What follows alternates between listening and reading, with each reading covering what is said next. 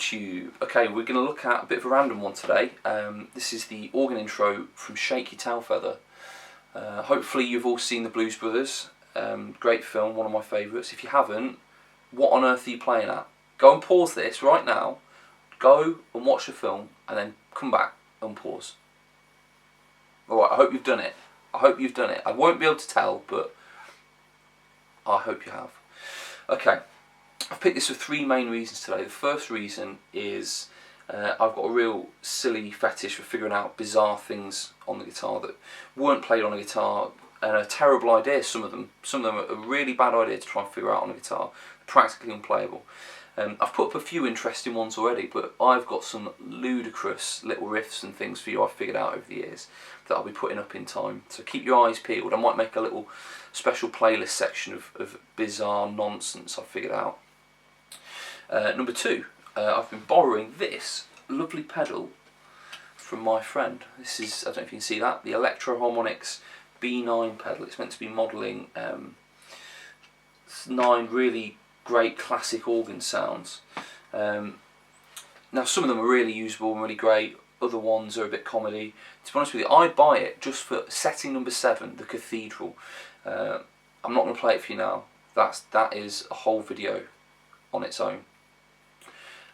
Okay, number 3 was when I was thinking to myself, what can I record with my shiny pedal? I thought, well, I've already figured this out. I played it with a covers band once, and I thought I couldn't pass up the opportunity to figure this intro out when I was doing the gig, so I did. And I thought this would be a classic, short, sweet little lesson for you. So I'll teach it you without the pedal on, because it does sound a bit much. You might struggle to hear some of the notes, so I'll turn that off, show you the notes. Okay, the first part, without the crazy organ, sounds like this. So what I'm doing is I'm playing some octaves here for you. 5th fret on the low E string, nothing on the A string, and then the 7th fret on the D. So you're going to mute that middle string just by letting your first finger gently bump into it. Don't hold it down, otherwise you get a note. Just gently bump into it. So you're going to go octave there, and then you're going to move up to the 8th fret. So it's 8 and 10 now, and then back. And then you go back up to 8 once more, and this time you're going to go 8, 9, 10. So that's 8 and 10, 9 and 11, 10 and 12. So let's have a look at that again.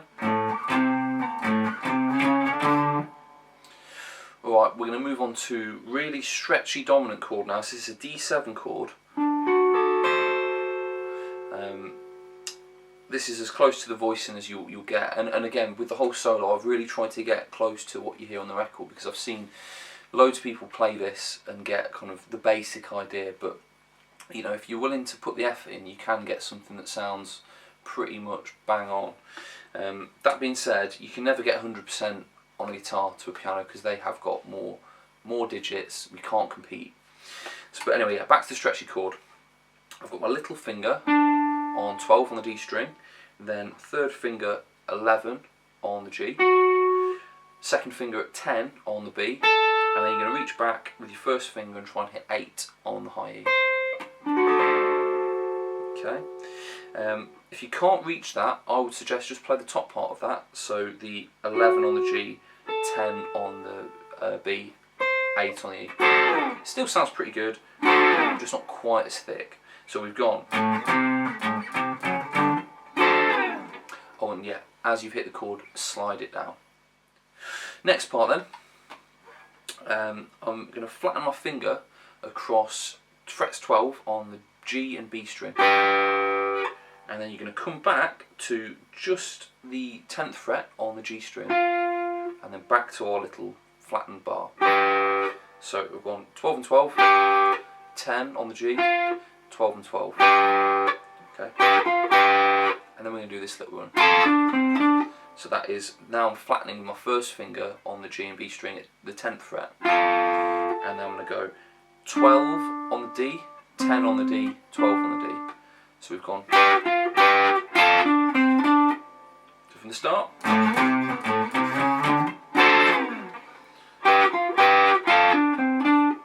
Okay, so the next part's probably the hardest part of the solo. It's going to take a lot of practice. It sounds like this. nice and slow, that sounds like this. So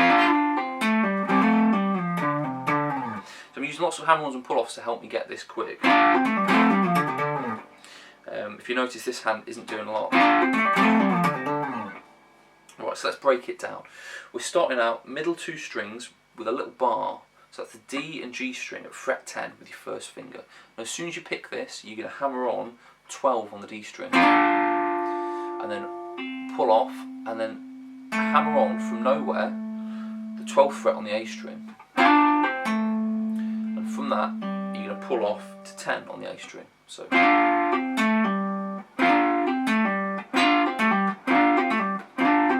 If you're not used to hammering on from nothing, just onto a note, make sure you keep your finger curved and land on your fingertip. That way you transfer all the energy nice and hard. And then from there we're going to start in the same way. You're going to bar with your first finger.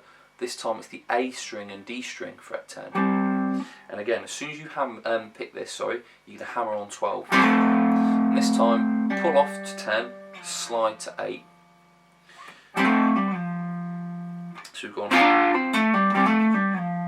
and then hammer on from nowhere, fret 10 on the E string, pull off to 8, hammer back on 10.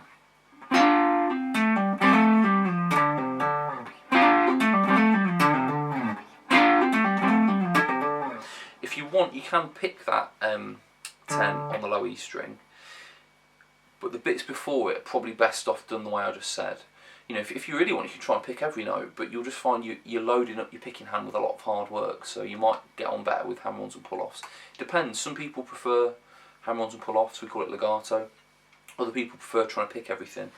You get different sounds with both though, that's one thing to think about. Picking is a very abrasive sound, hammering on is a very smooth, fluid sound, a bit bubbly. So from there, we're going to come down to an A7 chord, which is bar at the 5th fret, with your first finger, third finger on 7 on the A string, nothing on the D string because you still got your bar going, and then your second finger is going to be fret 6 on the G string. So that sounds like this: 5, 7, 5, 6, and you can do this all down strums with a bit of palm muting. Alright, that's your lot. Go away, have fun. Buy the pedal if you're mad and you want to buy it just for this one song, or if you've got other organ parts in mind, go and get it. You know, always good, especially if you're in covers bands. You never know when you might need something like that going on. If you do get one, let me know how you get on with it.